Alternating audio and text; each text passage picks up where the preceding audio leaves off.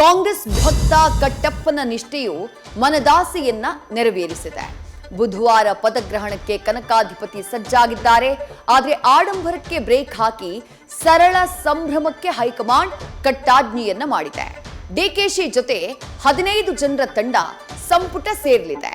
ಹಳೆ ತಲೆಗಳ ಜೊತೆ ಹೊಸಬರಿಗೆ ಅದೃಷ್ಟ ಖುಲಾಯಿಸಲಿದೆ.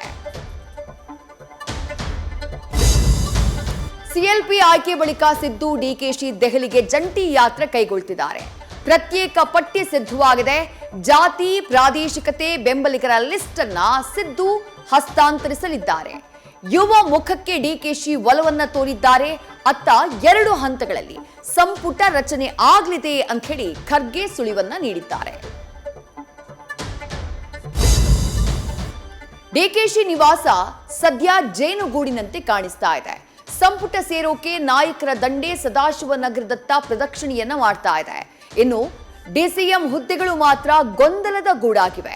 3 ಸಮುದಾಯಕ್ಕೆ ಪ್ರಾತಿನಿಧ್ಯ ಸಿಗಬೇಕು ಅನ್ನುವ ಒತ್ತಡ ಇದೆ. ಈ ಬಾರಿ ಮುಸ್ಲಿಂ ಸುಲ್ತಾನ್ ಪಟ್ಟಕ್ಕೆ ಭಾರೀ ಫೈಟ್ ಏರ್ಪಟ್ಟಿದೆ.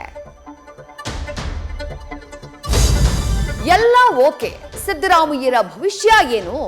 ಮತ ಕಲ್ಪ ವೃಕ್ಷ ಕಟ್ಟಿದ ಅನ್ನಯ್ಯನನ್ನ ಬಿಟ್ರೆ ಅನ್ನವೇ ಇಲ್ಲ ಅಂತ ಕಾಂಗ್ರೆಸ್ ಭಾವಿಸಿದೆ. ಡೆಲ್ಲಿ ಅಂಗಳದಲ್ಲಿ ಜನಾಶೀರ್ವಾದ ಯಾತ್ರೆಗಾಗಿ ರಣತಂತ್ರದ ಬ್ಲೂ ಪ್ರಿಂಟ್ ಸಿದ್ಧ ಮಾಡಿಕೊಂಡಿದೆ.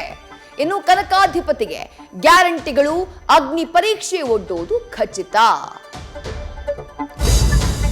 ಡಿಕೆ ಸರ್ಕಾರದಲ್ಲಿ ಡಿಸಿಎಂ ಹುದ್ದೆಗಳ ರೇಸ್ ಶುರುವಾಗಿದೆ.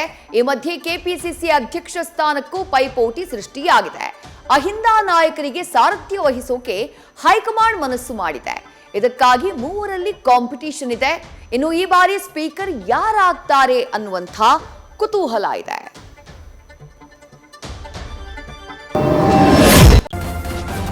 ನ್ಯೂಸ್ ಫಸ್ಟ್ ನಿರ್ಭೀತಿಯಿಂದ ನಿಮ್ಮ ಪರವಾಗಿ.